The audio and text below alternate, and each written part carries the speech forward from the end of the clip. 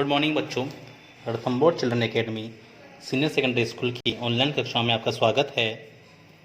कक्षा 10 सामाजिक विज्ञान का हम अध्ययन कर रहे हैं। आज हमारे अध्याय 2 संघर्षकालीन भारत 1206 ईस्वी से 1757 ईस्वी तक का अध्ययन कर रहे हैं। पिछली कक्षा में भी हमने इस पाठ का अध्ययन किया है। आज हम आगे बढ़ते हुए तुगलक शासनकाल के बारे में पढ़ेंगे। देखिए, तुगलक शासनकाल, तुगलक वंश की स्थापना कैसे हुई, किसने की, ये जान लेते हैं हम। देखिए, खुसरो शाह की हत्या करके गाजी मलिक अथवा तुगलक गाजी गयासुद्दीन तुगलक, गाजी मलिक अथवा इसी के नाम है तुगलक गाजी गयासुद्दीन तुगलक 1320 ईस्वी में दिल्ली का सुल्तान बना। किसकी हत्या करके? खुसरो शाह की हत्या करके 1320 ईस्वी में गाजी मलिक अथवा तुगलक गाजी गयासुद्दीन तुगलक शासक बना, जिसने तुगलक वंश की स्थापना की। देखिए, सुल्तान बनते ही इसने प्रांतीय विद्रोह का सामना किया। तेलंगाना के राजा प्रतापरुद्र देव के खिलाफ उसने अपने पुत्र जूना खां को वारंगल भेजा। जाजनगर उड़ीसा में सैन्य अभियान किया, जिसमें उलूग खां जूना खां की विजय हुई। इसका पुत्र था उलूग खां या जूना खां। गयासुद्दीन का अंतिम सैनिक अभियान बंगाल के विद्रोह का दमन था। दिल्ली वापसी पर आयोजित स्वागत समारोह में एक लकड़ी के भवन से गिरने से 1325 ईस्वी में इसकी मृत्यु हुई। यानी गाजी मलिक अथवा तुगलक गाजी गयासुद्दीन तुगलक की मृत्यु 1325 ईस्वी में है।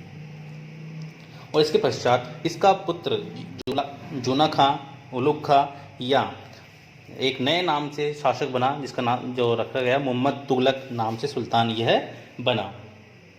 उसका नाम कई संज्ञाओं से जोड़ा गया। इस अंतर्विरोधों का विस्मयकारी मिश्रण, तख्त का प्यासा आदि, ये इसकी एक तरह से हम कह सकते हैं इसको उपाधि दी गई थी। इस तरह से मोहम्मद तुगलक के समय तुगलक साम्राज्य 23 प्रांतों या मुल्कों में बटा हुआ था। बरनी सुल्तान की 5 मुख्य योजनाओं का वर्णन करता है।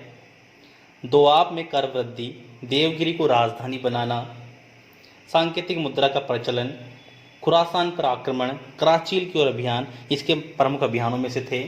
सुल्तान ने 1327 ईस्वी से 1335 ईस्वी तक देवगिरी को अपनी राजधानी बनाया और उसका नाम दौलताबाद रखा। 1323 ईस्वी में तांबे एवं कांसे के मिश्रित सांकेतिक सिक्के चलाए। लोगों ने जाली सिक्के बनाना आरंभ कर दिया, अतः सांकेतिक मुद्रा बंद करनी पड़ी। मोरक्को का यात्री इब्न बतूता, प्रमुख भूगोल शास्त्र वो भी कहते हैं इसको, लगभग 1333 ईस्वी में भारत आया। सुल्तान ने उसे दिल्ली का काजी नियुक्त किया तथा 1342 ईस्वी में राजदूत बनाकर वापस चीन भेजा। 1351 ईस्वी में तुगलक की मृत्यु हो गई। 1351 में तुगलक की मृत्यु हो गई। 1351 में फिरोज शाह तुगलक शासक बना, तो सुल्तान बना, जो मोहम्मद तुगलक का चचेरा भाई था। बंगाल के हाजी इलियास के स्वतंत्र हो जाने से उसके विरुद्ध फिरोज शाह ने 2 बार सैन्य अभियान किया, परंतु असफल रहा। फिरोज शाह ने सरकार एवं सेना की नौकरी को वंशानुगत बना दिया एवं योग्यता की जांच करने की प्रणाली को त्याग दिया। उसने अपने पुत्र फतेह खां को अपना उत्तराधिकारी नियुक्त किया, यानी उसके बाद वह शासक बनेगा। उसने अपने पुत्र फतेह खां को अपना उत्तराधिकारी नियुक्त किया। सिक्कों पर अपने नाम के साथ उसका नाम भी अंकित करवाया। फिरोज ने भवन निर्माण कला की अत्यधिक महत्व दिया। हिसार, फिरोजाबाद एवं जौनपुर आदि नगर बसाए। टोपरा तथा मेरठ से अशोक स्तंभ दिल्ली लाए गए, परंतु विद्वान इन्हें ना पढ़ सके। फिरोज की सबसे बड़ी उपलब्धि थी हासी तथा सिरसा के क्षेत्रों में पानी की कमी दूर करने के लिए नहरों की खुदाई। एक नहर सतलज नदी से दीपालपुर के तथा दूसरी नहर यमुना नदी से सिरमौर के पास खुदवाई गई। उपज वृद्धि करने तथा अकाल से निपटने हेतु ठोस नीति अपनाई गई। फिरोज शाह तुगलक भी कट्टरवादी इस्लामिक अमीरों के हाथों में रहा। उसने न केवल ब्राह्मणों पर जजिया नामक कर लगाया, बल्कि मुस्लिम विचारधारा शिया समर्थक व्यक्ति को मृत्यु दंड भी दिया। गैर इस्लामी सजाएं समाप्त कर दी गई। गैर शरीयत हटा तो लगभग 24 जो थे वो हटा दिए गए। केवल 4 मुख्य कर रखे गए, जिनमें खराज, जकात, खम्स तथा जजिया कर रखे गए। दासों की संख्या में असाधारण रूप से वृद्धि की गई, जो लगभग 1,80,000 तक हो गई। और दीवाने बंदगान के नाम से दासों के नाम से नया विभाग भी खोला गया। फिरोज ने दिल्ली में खरबूजों तथा अंगूरों की खेती को प्रोत्साहित किया और उनके अनेक बाग लगवाए। 1388 ईस्वी में फिरोज शाह की मृत्यु हुई। 1388 में फिरोज शाह की मृत्यु हुई। तुगलक वंश का अंतिम शासक नासिरुद्दीन महमूद था। अंतिम शासक कौन था? नासिरुद्दीन महमूद अंतिम शासक था ये तुगलक वंश का। इसी समय 1398 ईस्वी में तुर्क आक्रांता तैमूर लंग ने भी भारत में आक्रमण कर लूटपाट की थी। 1388 में फिरोज शाह की मृत्यु के बाद 1398 में तुर्क आक्रांता तैमूर लंग ने भारत पर आक्रमण कर उसे लूटा और एक नए वंश सैयद वंश की स्थापना की। सैयद वंश तैमूर ने स्थापित न तैमूर ने ही दिल्ली को जीतकर खिज्र खां को अपना उत्तराधिकारी नियुक्त किया। खिज्र खां ने ही सैयद वंश की स्थापना की और 1414 से 1421 तक शासन करने के बाद भी खिज्र खां ने न तो कभी शाह की उपाधि धारण की, उन्हें अपने नाम के सिक्के चलवाए। इसके बाद मुबारक शाह 1421 से 1434 तक शासक रहा और इसने सर्व शाह की उपाधि धारण की। इसके बाद सैयद वंश के बाद एक नया वंश उदय हुआ, जिसका नाम है लोधी वंश। देखिए, अंतिम सैयद शासक आलम शाह ने स्वेच्छापूर्वक अपनी इच्छा से ही दिल्ली का शासन त्याग दिया, अपनी इच्छा से ही, और बहलोल लोधी ने 1451 में दिल्ली पर अधिकार कर लिया। जब आलम शाह ने स्वेच्छापूर्वक दिल्ली का शासन त्याग दिया तो बहलोल लोधी ने 1451 में दिल्ली का पर अधिकार किया और वह शासक बन गया।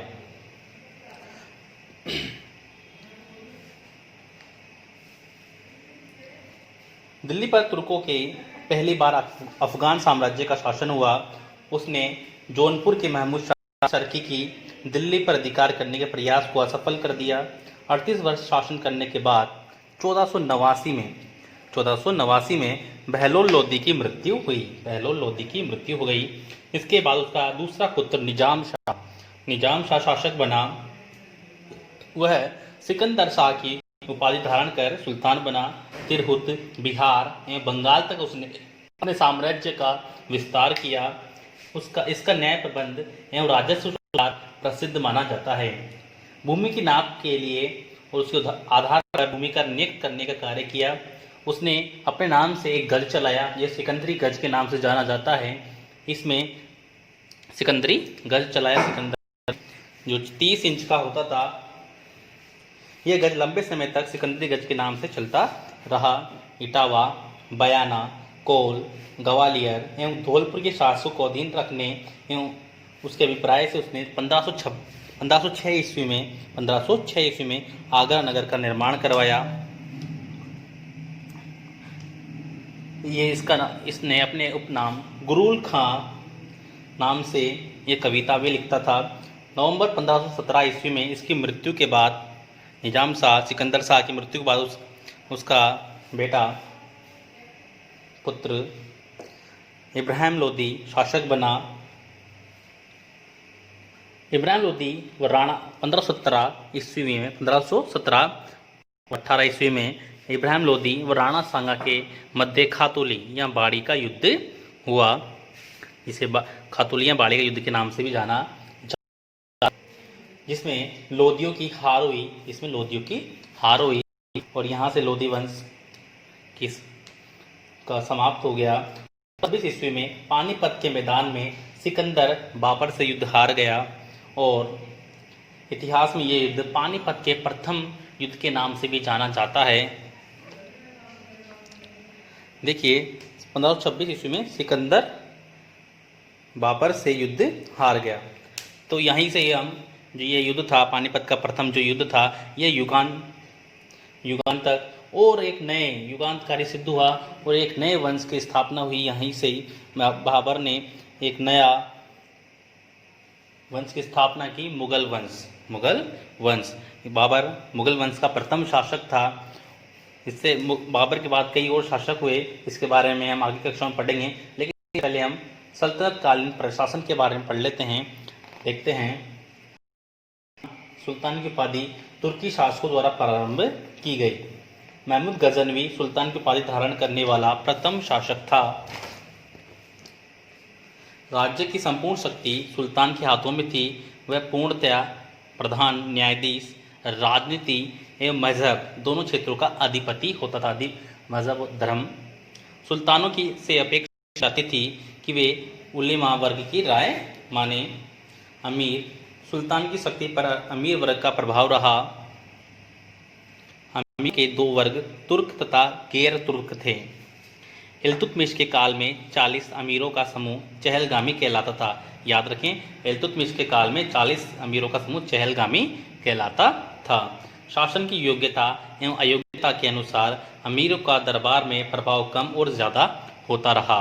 जिसमें जितनी योग्यता थी उसका प्रभाव दरबार में था, जितनी कम थी उतना।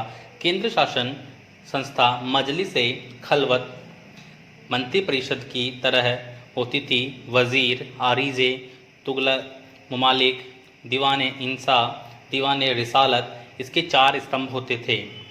उन कौन से 4 होते थे? वजीर, आरिजे, ममालिक, दीवान इंसा, दीवान रिसालत। वजीर का कार्यालय दीवान विजारत कहलाता था। इसे वित्तीय विभाग कहा जा सकता है।